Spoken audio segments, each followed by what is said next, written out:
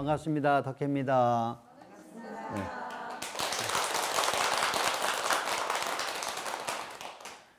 지난 시간에 이어서 오늘은 부처님의 탄생 설화와 팔상 성도를 중심으로 해서 부처님 팔상 성도 하면은 부처님께서 그 도솔 내의상 도솔천에서 이제 내려오시는 그런 모습과 비람 강생상 룸미지 동산에서 부처님께서 탄생을 하시는 비람 강생상 사문유관상 동서남북 네 성문을 출입을 하셔서 나가셔가지고 거기에서 이제 보신 모습, 여기에서 사실은 이제 그 사문유관상이 어떻게 보면은 가장 중요한 그 대목일 수도 있어요. 물론 부처님께서 그 잉태를 하시고 탄생을 하신 것도 중요하지만 실질적으로도 부처님께서 내가 출가를 하고 수행을 해야 되겠다고 하는 그 마음을 먹게 된 계기가 어떻게 보면 이 사문유관상에서 드러나는 것 같아요. 그래서 실질적으로다가 이제 그 아버님께서도 아버님인 그 정반왕께서도 그 부처님을 시달타 태자를 바깥으로 다 못 나가게 밖에 이제 세상 구경을 못하게 막으셨던 것이 그 부처님께서 그 태어나시자마자 그 선인이 이래 보시더니 출가하시면서 부처님이 되실 분입니다. 이제 그 얘기를 듣고는 아니 이 나라를 이끌어갈 임금 큰 임금이 돼야 될 사람인데 어떻게 출가를 해서 수행을 하냐 그래가지고 그 부처님께서 출가를 못하게 하기 위해서 삼시전이라고 하는 그 봄에는 봄 가을에는 꽃이 아주 만발한 그런 곳에 요즘으로 얘기하면 별장이에요. 그런 별장을 지어줬고 겨울에는 따뜻한 이렇게 제주도 같은 그러니까 제주도가 부처님의 이 팔상성도에 보면은 여기가 그 겨울 별장이에요. 제주도가. 그리고 여름에는 이제 더우니까 북쪽에다가 이렇게 이제 별장을 지어서 거기에서 이렇게 이제 항상 좋은 것만 즐거운 것만 보게 해서 출가할 마음을 못 먹게 하기 위해서 그 삼시전을 져가지고 부처님을 그렇게 지내게 했다고 하는 그런 내용이 나오는데 그 이제 그 사문유관상을 하고 나서 그 다음에 그래서 이제 유성 출가상이 나와요. 그 성을 넘어서 거기서 이제 그 출가를 하는 그리고 나서 그 다음에는 이제 그 설산 수도상이다 해가지고 설산에 들어가셔가지고 6년 동안 고행을 하시는 그래서 이제 그 부처님께서 6년 동안 고행을 하실 때 보면은 그 고행상이라고 하거든요. 그 우도 금강사 제 그 차방에 모셔져 있는 그 보신 우리 보살님들은 계실 거예요. 그 진짜 가죽과 뼈와 힘줄만 이렇게 있는 부처님께서 6년 동안 고행하시던 그 모습을 이제 이렇게 모셔놓은 곳이 그 고행상이라고 그렇습니다. 그 다음에 이제 그 수하 항마상이라고 해가지고 그 마구니를 항복받는 것이에요. 그 모습인데 거기에 보면은 이제 마왕인 파순이 딸을 보내가지고 유혹을 하는 장면서부터 또 엄청난 공포를 느끼게 해서 그 조복을 받으려고 하는 부처님을 그 수행하는 것을 꺾게 하려고 하는 그래서 그 마왕이 부처님이 이렇게 그 성불을 하시고 깨달음을 얻으시는 것에 대해서 그렇게 방해를 한 것은 어떻게 보면은 부처님이 깨닫고 나면은 자기가 부처님한테 조복을 해야 되는 상황이 돼버려요. 그래서 우리가 이렇게 보살님들께서도 기도를 하고 수행을 하시면 도고마성이거든요. 우리 보살님들께서는 기도를 많이 하고 수행을 많이 하면 마장이 없을 거라고 생각을 해요. 근데 안 그렇습니다.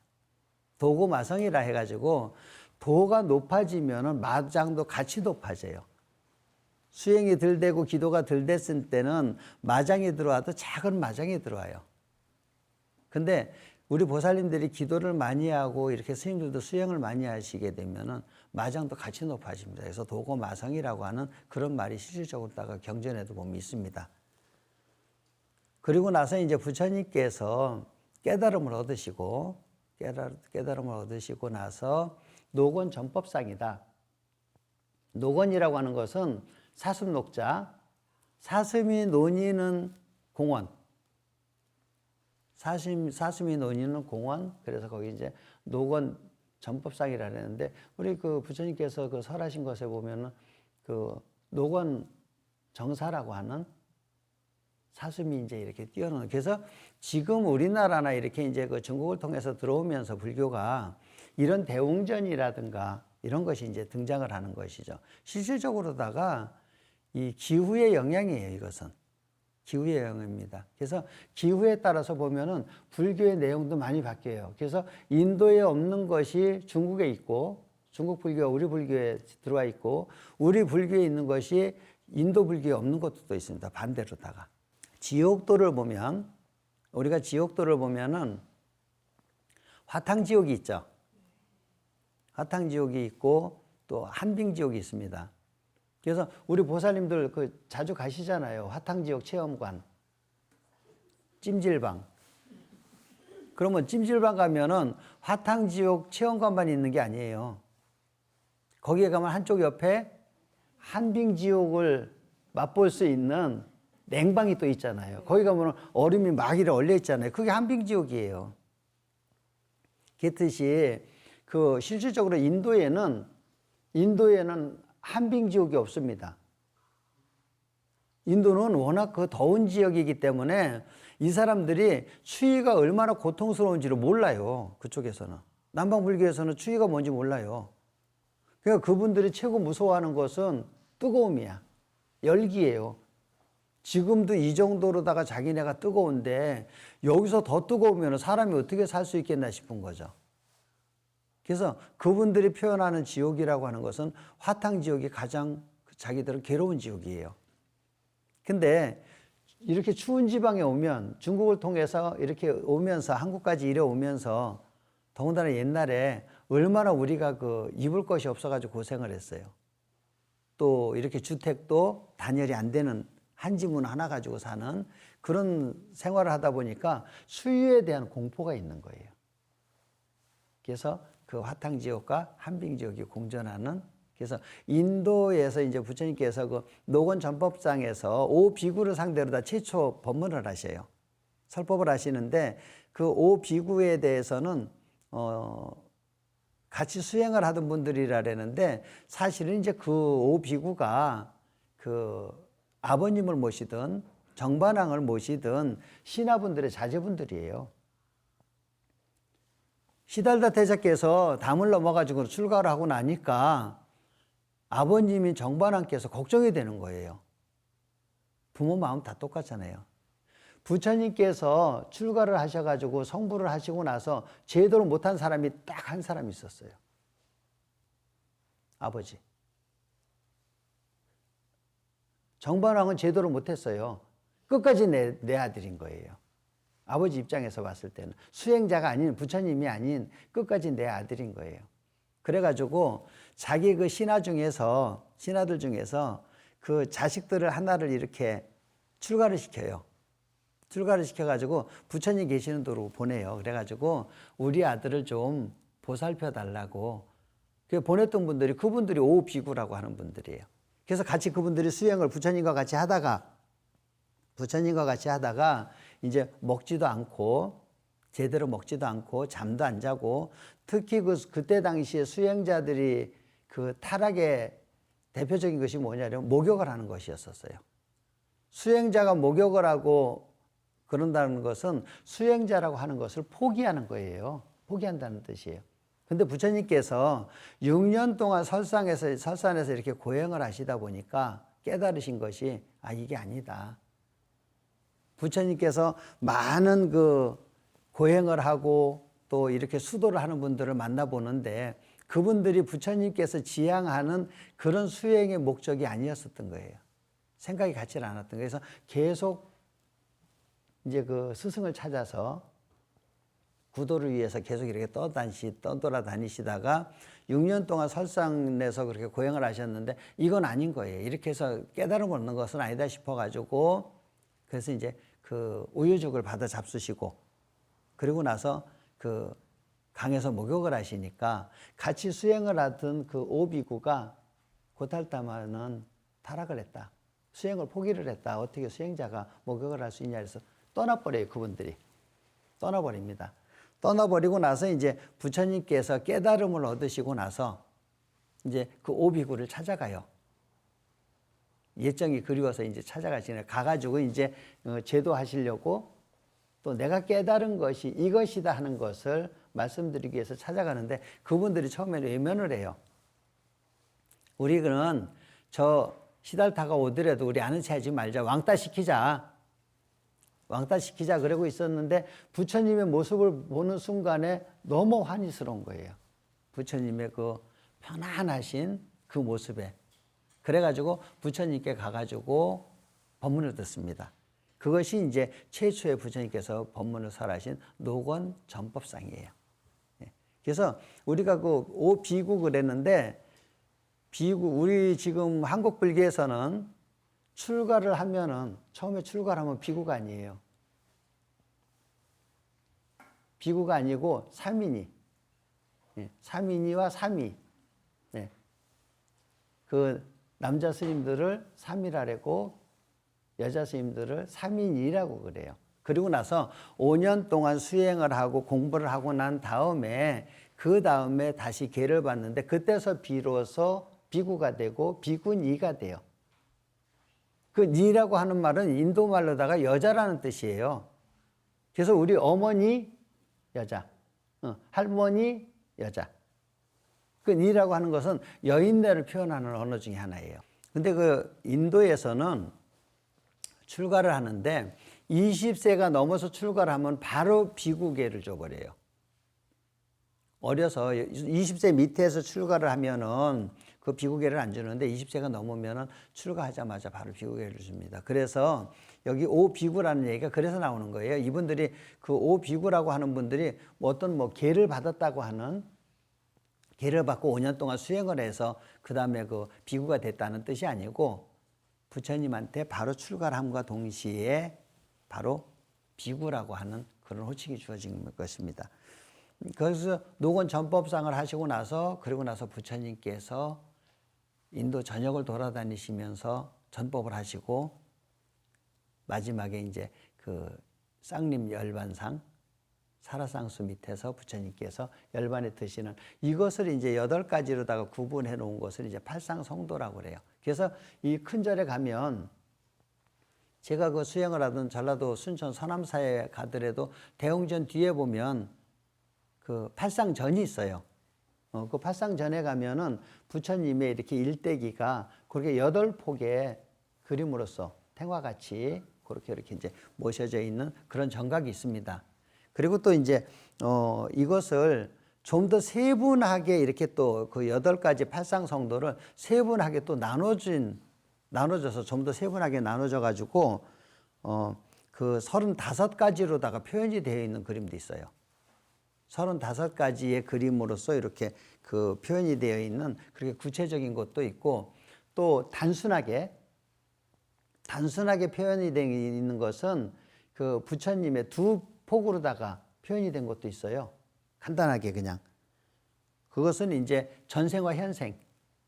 부처님의 전생과 현생만을 딱 구분져서 2폭으로다가 그렇게 간단하게 표현되어 있는 그것이 있습니다. 그래서 부처님의 이 도솔 내의상에서 보면은 부처님께서 이제 그 태어나시기 전에 그때 이제 그 모습이 그러니까 전생담이에요. 이 그 도솔 내의상은 부처님께서 그 옛날에 그 연등 부처님께 그 꽃공양을 올리고 부처님께서 전생에 선해보살이라고 하는 보살로다가 계시면서 수행을 하실 때에 그 7송이 꽃을 그 연등 부처님께 올리고 그리고 이제 후세에 그 부처가 될 것이라고 하는 수기를 받으신 그런 내용이 여기에 이제 포함되어 있습니다. 그리고 이제 그 부처님의 전생담에 이래 보면은 그 인욕에 대해서 상당히 많이 나와 있어요. 인욕에 대해서. 그래가지고 그 가리왕에게 몸을 갈갈이 찢기면서도 그 인욕을 하시는 또 그 전생에 왕자였었는데 그 아버지와 함께 사냥을 갔는데 가다가 보니까 짐승이 하나도 없는 거예요. 산속에. 그래서 왜 짐승이 도대체 하나도 없나 그러고 이렇게 살펴보니까 너무 가물어 가지고 짐승들이 먹을 게 없어서 다 죽어버린 거예요. 근데 이렇게 내려오다가 보니까 그래서 그날은 이제 우리 이제 오늘은 사냥을 포기를 하자라고 이렇게 이제 돌아오시다가 보니까 호랑이가 새끼를 이렇게 낳아가지고 있는데 뼈만 앙상하게 있는 거예요. 뼈만 앙상하게 있는 거예요. 그래가지고 그 아버님인 임금님과 형제분들은 먼저 가라 그래요. 먼저 가라 그래서 돌려보내 놓고 그 부처님께서 전생에 그 호랑이에게 육신을 던집니다. 나를 뜯어먹고 살아나서 새끼를 살리라고 하는 그런 이제 그 전생담도 있고, 그래서 부처님께서 그 도솔천 내원궁에 계시면서 이제 인간 세상으로다가 태어나는데 그 부처님께서 태어날 그 자리가 어느 곳인가, 나의 인연이 닿는 곳이 어느 곳인가 그리고 이렇게 이제 그 살피다가 보니까 이것에 대해서는 그 과거 인과경이라고 하는 과거 현재 인과경이라고 하는 곳에 보면은 아주 자세히 이렇게 이것이 수록이 되어져 있어요. 그래서 그것을 이렇게 그 간추려서 그 인과경 중에 있는 내용 하나를 이렇게 이제 말씀을 드리면, 그 부처님 전생인 선해보살이라는 이름으로서 이제 그 오욕락을 다 버리시고, 오욕락이라고 하면은 첫 번째가 재물욕. 재물욕이라고 하는 것은 가져도 끝이 없는 것이 사실은 재물욕이에요. 그래서 그 옛날 우리나라 속담도 있잖아요. 99섬 가진 사람이 한 섬 가진 사람의 재물을 탐을낸다고 하는. 그래서 그것이 이제 재욕이고, 그 다음에 이제 두 번째가 성욕, 이성에 대한 욕심. 근데 요즘들은 보면은 그 우리 보살님들하고 이렇게 대화를 하다 보면 우리 노보살님들께서 최고 많이 하시고 걱정하시는, 얘기하시는, 기도를 하시는 내용 중에, 스님 40대는 우리 아들 장가 언제 가나 좀 봐주세요. 또 우리 딸이 지금 나이가 40이 다 돼 가는데 우리 딸 언제 시집 가나 그거 좀 한번 봐주세요. 그 얘기를 제일 많이 해요. 근데 이 사람의 몸도 자연의 일부이기 때문에 이 꽃이라는 것도 그렇습니다. 꽃이라는 것도 이렇게 벌나비를 불러 모을 때가 있어요. 그 때가 있는 것 같아요. 그래서 꿀이 그렇게 가장 많이 나오고 그럴 때는 벌나비가 많이 오는데, 꿀이 어느 정도 고갈이 돼 버리면은 그때는 벌나비가 안 와요. 마찬가지로 우리 사람도 보면은 이성을 이렇게 탐을 하는 그런 시기가 있어요. 이래 보면. 그래서 그 시기가 지나고 나면 이성에 대해서 관심들을 안 가지려고 그래요.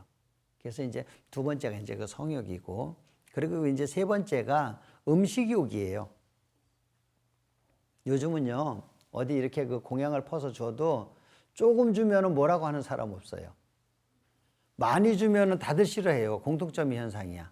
그러면서도 이 음식 욕심이라고 하는 것이 얼마나 대단하냐면, 우리 보살님들 조금 먹어야 된다는 거 다 아시죠? 왜 조금 먹으려고 그래요? 우리 보살님들이 보면은 아직 성장판이 안 멎어서 그래. 성장판이 안 멎다 보니까, 성장판도 얘가 주인을 따라서 가다 보니까는 성장판도 약간 깜빡깜빡 하는 거예요. 그래서 이 녀석이 방향 감각을 잃어가지고 이 성장판이 위로 올라가야 되는데 성장판이 위로 올라가는 거잖아요. 본래가. 근데 이 녀석이 주인을 닮아가지고 깜빡깜빡 하다가 보니까 방향 감각을 잃어가지고 앞뒤 좌우로다가 나가는 거라, 이제. 거기에 일조를 하는 것이 음식이에요.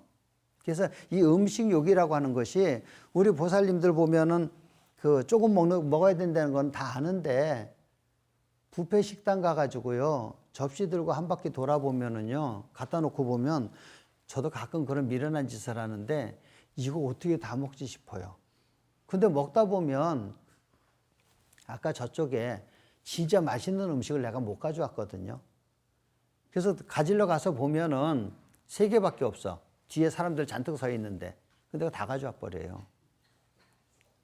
그랬듯이 음식욕이라고 하는 것이 이것이 어떻게 보면은 본능이에요. 동물은 태어나서 죽을 때까지 갈구하는 것이 먹는 것만 갈구를 합니다. 짐승들 보세요. 새나 짐승들 보면 태어나서 움직이기 시작하면 죽는 순간까지 갈구하는 것이 먹는 거예요. 본능입니다. 그것은. 그렇기 때문에 그 음식욕은 단지 이제 인간이니까 조금 자제하고 절제를 할 줄 알아야 돼요. 동물하고 인간의 차이는 거기에요. 동물은 절제가 잘 안 되는 거고, 근데 동물은 욕심은 안 부리는데 인간은 욕심까지 부리잖아요. 갖다 싸놓기까지 하잖아요. 우리 보살님들 냉장고 열어보면 아마 한 달치는 드실 거 아마 나올 거예요. 요즘 그 바람직한 그 운동들 아시죠? 냉파? 예. 그랬듯이 그 음식욕 역시 이제 그 세 번째 욕심이 음식욕이에요. 그리고 나서 이제 네 번째가 보면은 명예욕이에요. 특히 남자들한테.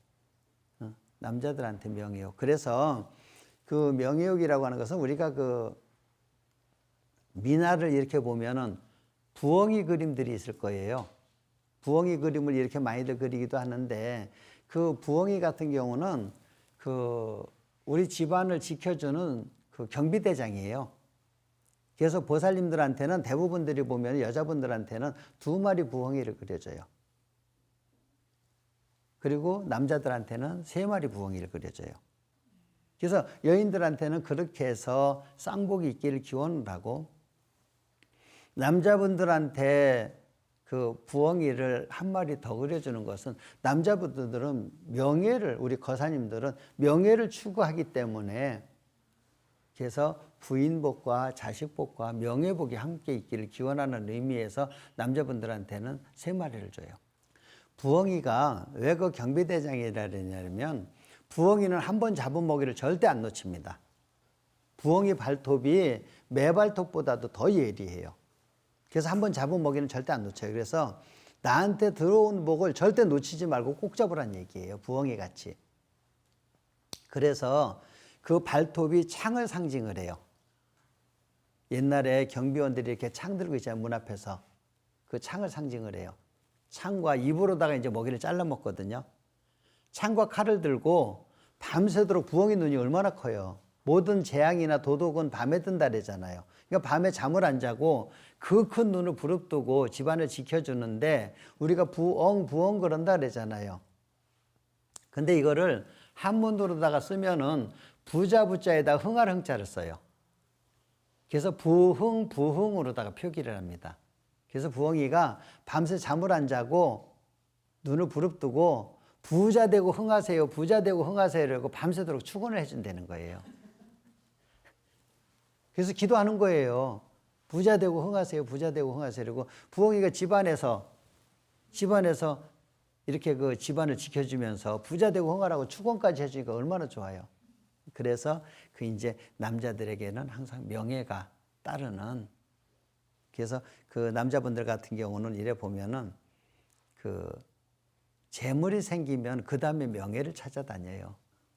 남자분들. 물론 그거 없이도 찾아다니는 분들도 있는데 대부분들이 보면 재력이 모아지면 그 다음에는 명예로 갑니다. 그래서 이 명예복도 그것만큼 이제 사람이 못 놓는다는 거예요. 그 다음에가 이제 5번째가 수면욕이잖아요.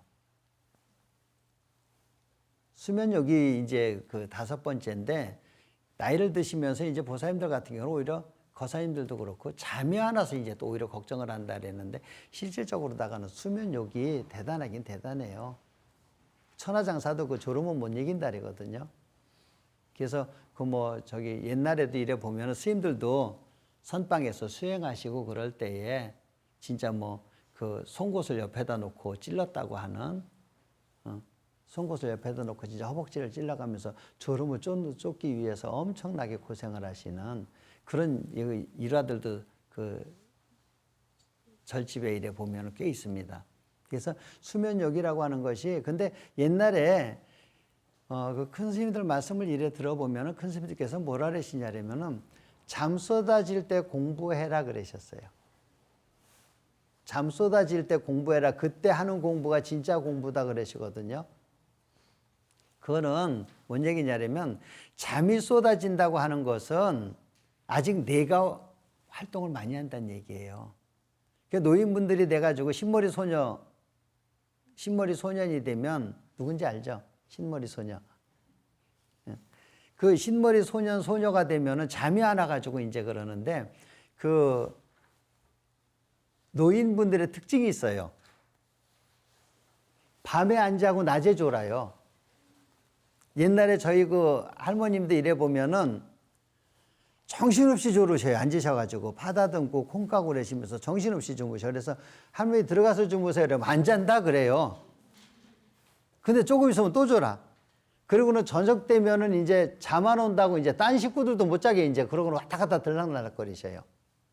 그리고 노인분들이 보면은 특징 중에 또 하나가 무릎 아프다 그러면서 한시도 가만히 안 앉아 있어요. 그리고 또 한 가지 특징이 이 아프다고 그러면서 사탕 먹어요. 예, 그것은 노인분들도 사탕을 좋아하고 아이들도 사탕을 좋아하거든요. 단 것을 좋아하거든요. 그것은 왜 그러냐면 그 단 것이 위에 상당한 도움이 돼요. 위를 활성화를 시켜줘요. 그래서 그 어르신분들은 소화력이 떨어지니까 단 것을 잡수시는 거고요. 어린아이들이 단 것을 좋아하는 것은 아이들이 영양분을 섭취를 해야지 빨리 성장을 할 거 아니에요. 그러다 보니까는 위에 도움이 되는 단 것을 먹는 거거든요. 그리고 그 노인분들 특징 중에 하나가 손주는 엄청나게 이뻐하셔요. 근데 남의 새끼는 아주 끔찍하게 싫어하셔. 그래서 노인분들의 특징 중에 하나예요, 이게. 그래서 이제 수면욕이라고 하는 것이 이렇게 이제 그래서 특히 이제 그 제일 조심해야 될 게 운전하면서 진짜 그 조는 것은 진짜로 그것은 엄청 큰 그 불행을 불러올 수도 있습니다. 그래서 특히 요즘들 우리 보살님들 차들 우리 거사님들 차들 다 가지고 다니시잖아요. 근데 그 생활 습관이 얼마나 그게 그 무서우냐 하면 육지에서는요 출근하는데도 한 2시간씩 걸린다 그러거든요. 근데 여기 제주도는 끝에서 끝에까지 가도 넉넉 잡고 2시간 안 걸려요. 1시간 반이면 다 왔다 갔다 해요. 여기 서귀포에서 제주시 넘어가는데 50분? 네, 1시간이 안 걸리거든요. 근데 거기를 가는 것을 엄두를 못 내셔. 언제 저기 갔다 오지 그러거든요. 그래서 여기 제주도만 해도 그렇게 뭐 장거리 다니실 데가 없으니까 이렇게 뭐 졸음이 많지는 않겠습니다만은 육지 같은 경우는 고속도로 한번 올라가면 보통 뭐 3시간, 4시간씩 움직이다 보니까 거기에서 이제 졸음으로 인해서 이렇게 이제 불행한 일이 많이 일어나기도 해요. 그래서 이 오욕이라고 하는 것이 그 이제 아까 말씀드렸듯이 재물욕과 이성에 대한 성욕과 또 음식욕과 욕심과 그 다음에 명예에 대한 또 그 다음에가 이제 수면욕. 이것은 이제 오욕락이라고도 그래요.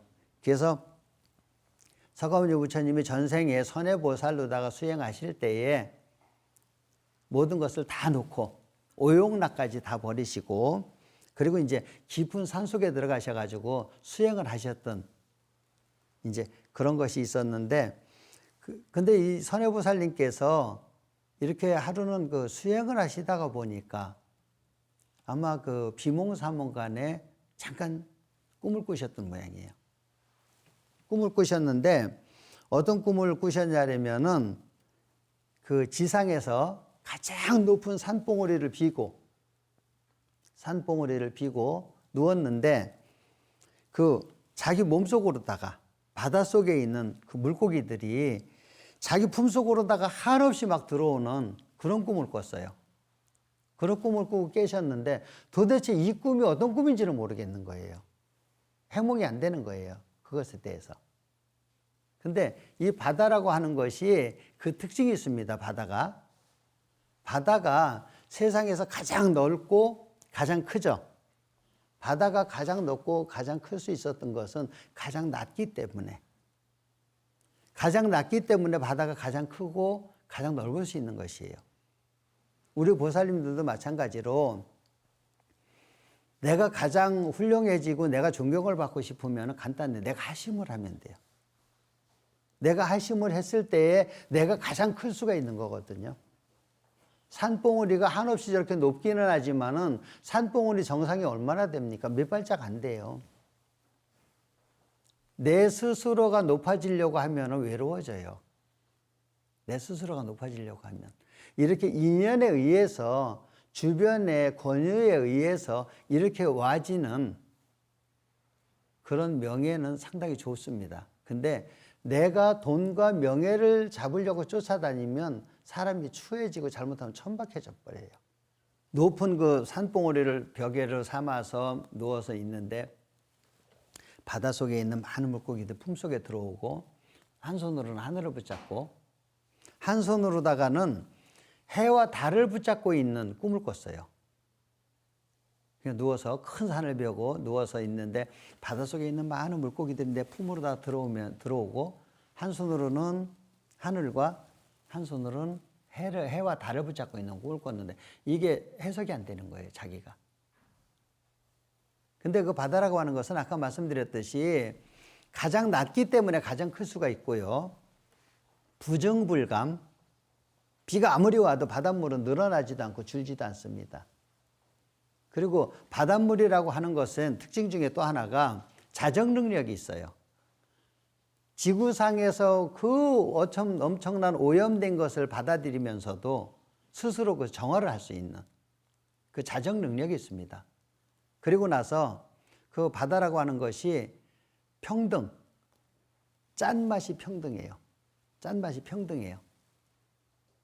그걸 다 먹어보지 않아도 우리 알 수 있을 거예요. 그렇게. 그래서 짠맛이 평등하고 또 칠보가 그 속에 있고 칠보가 갖은 보석이 보물이 바닷속에 있습니다. 그리고 또 거기에는 많은 중생이 더불어서 살아요. 눈에 보이지 않는 플랑크톤부터 시작해서 엄청난 큰 고래까지도. 그래서 부처님 법을 불교에서 부처님 법을 바다에다가 비유를 해요. 바다에다 비유를 합니다. 그래서 부처님 법 안에 들면 악한 사람도 정화가 되고 선인으로 바뀌고 또 그 자기 스스로 정화를 할 수 있는 그 법력이 생겨요. 자기 스스로 법력이 생깁니다. 그리고 부처님 법 안에는 보면은 아주 밑에 가난한 사람서부터 큰 부자까지 또 천인서부터 아주 그 부족함이 많은 그런 사람서부터 진짜로다가 내노라 하는 뭐 저 판검사들까지 박사라고 하는 사람들까지도 또 내지는 어떤 정치인 대단한 정치인들까지도 부처님 품 안에 다 들어와 버리는 직업으로 봤을 때도 농업인이라든가 공업인이라든가 상인이라든가 할 것 없이 다 부처님 품 안에 안아지는 그런 이제 그 특징이 있습니다. 그래서 바다라고 하는 것이 그렇게 이제 부정불감 또 내지는 자정 능력 모든 것을 다 받아들여서 하나로 만들어 버린다고 하는 그런 특징이 있습니다. 그래서 이 선해보살님께서 도대체 이게 이렇게 그 꿈을 꿨는데 도대체 이게 어떤 꿈인지 이제 자기가 이제 그 저희가 안 되는 거예요. 선몽이 안 되는 거예요. 해몽이 안 되는 거예요. 그래가지고 누구한테 이것을 좀 물어봤으면 좋겠는데 마땅하게 주변에서 이 꿈을 물어봐가지고 해몽을 해줄 만한 사람이 없는 거예요. 근데 이제 그때에 그 대바달다국이라고 하는 그곳에 그 등조왕의 태자 보강이라고 하는 분이 집을 떠나가지고 이제 이렇게 그 수행을 하고 있다고 하고 말을 들었는데 그래가지고 이제 그분을 찾아서 대바달다 성으로다가 찾아가요. 그 보강이라고 하는 분을 이렇게 이제 찾아가서 그분을 이제 가서 보니까 그분이 이제 바람문을 요즘으로 얘기하면 이제 그 공부를 하는 사람들이죠. 공부를 하는 사람 한 500명을 거느리고 가르침을 주고 있는 거예요. 가르침을 주고 있는데 그분한테 이제 그 몇 가지 이렇게 이제 그 제자분들이 이렇게 질문을 하는데 한 제자가 질문을 했는데 이분이 선뜻 대답을 못 해요. 대답을 못 하고 이제 우물우물하고 있으니까 선해보살님께서 대신 대답을 해줘요. 그 꿈을 해몽을 그 질문을 대답을 해줘요. 그러다 보니까 이제 그 공부를 하던 학인들이 공부를 하던 분들이 그 선해보살님한테 아마 요즘으로 얘기하면은 뭐 1,000원이라고 할까요? 10,000원이라고 할까? 돈을 한 푼씩을 줘요. 그러니까는 그 10,000원씩을 받았으면 500만 원일 거고 1,000원씩을 받았으면 50만 원일 거 아니에요. 50만 원을 받습니다. 그래서 그 돈 받은 그것을 가지고 그 부처님께 올릴 공약물을 사기 위해서 밖에 나가요.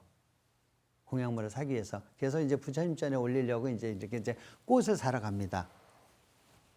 꽃을 이제 사러 갔는데 밖에 나와서 보니까 어떤 여인이 꽃을 7송이를 그것을 놓고 가지고 있어요. 그래서 그 선해보살님께서 그 여인한테 이 돈을 줄 테니까 그 꽃을 나한테 파십시오 그래. 그러니까 그 여인이 뭐라고 대답을 하냐면 이 꽃은 파는 꽃이 아니라 팔 것이 아니라 세세생생 이별이 없는 그런 연인을 만나면은 그 연인에게 내가 이 꽃을 주려고 하는 것이기 때문에 이 꽃은 팔 수가 없습니다 그래요. 그러니까 선해보살께서 뭐라 그랬냐면 내가 그러면 당신의 그 연인이 되어 주리라. 세세생생 이별이 없는 그런 연인이 되어 주겠노라 그러고는 얘기를 해요. 그러면서 대신 그 조건이 있는데 나중에 내가 몇 생을 지나고 나서 내가 출가를 해서 수행자가 되려고 지금 마음을 먹고 있는데 그때는 나를 놓아준다는 조건을 받아들여 주면은 내가 그래 하겠노라 그래. 그러니까 그 꽃을 파는 여인이 그때가 된다면 다른 길도 아니고 수행자의 길을 가겠다고 하면 그때는 보내드리리다. 대신 나도 그때는 같이 출가를 해서 수행자가 되겠노라 하는 그런 약속을 하고 그 꽃을 받습니다. 그 꽃을 받아가지고 부처님한테 가요. 연등 부처님한테 가서 연등 부처님께 그 꽃을 올립니다. 그 꽃을 올리면서 그 개송을 지어서 부처님한테 찬탄을 하는 개송을 지어요. 그 개송이 어디에 나오냐면 우리가 그 사시기도 하시고 나서 상단불공 끝나고 나면은 신중불공 태공하죠. 태공 축원에 그 얘기가 나와요. 뭐라고 나오냐면은 열연화 불착수 심청정 초피 개술의 무상존 그 축원할 때 그게 나옵니다. 열연화 불착수 심청정 초피 개술의 우리는 구억일상 마하반야 바라밀 그리고 마무리를 하죠. 근데 거기에 보면은 무상존 연꽃처럼 물에 젖지 아니하고 깨끗한 마음을 가지신 부처님이시여 머리를 조아려 위 없는 부처님께 예배를 하오니 저의 이 꽃을 받아주소서. 그리고는 부처님께 그 꽃을 올립니다. 그래서 이 얘기가 계속 이어지는데 그것은 다음 시간에 이어서 제가 말씀을 올리겠습니다. 마치겠습니다. 고맙습니다.